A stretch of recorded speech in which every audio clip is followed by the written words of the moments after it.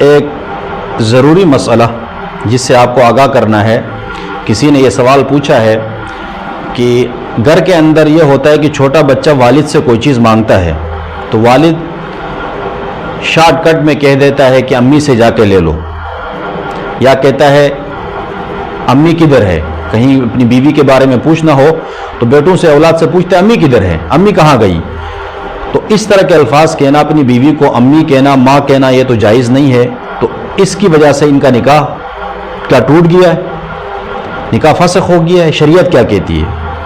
تو شرعی اعتبار سے مسئلہ اس طرح ہے کہ بیوی کو ماں نہیں کہنا چاہیے، یہ جائز نہیں ہے. لیکن اگر اس طرح کے الفاظ کہہ دیے کہ ماں امی کدھر گئی، امی سے جا کر لے لو، تو اس شوہر کا مقصد یہی ہے کہ اپنی امی سے، بچے کی امی کی بات ہو رہی ہے، نہ کہ اپنی امی کی بات. یعنی وہ اپنی بیوی کو امی کہہ نہیں رہا ہے، بلکہ وہ اس بچے کو شارٹ کٹ میں کہہ رہے کہ اپنی ماں سے جا کر لے لو. اس کا مطلب یہ ہوتا ہے.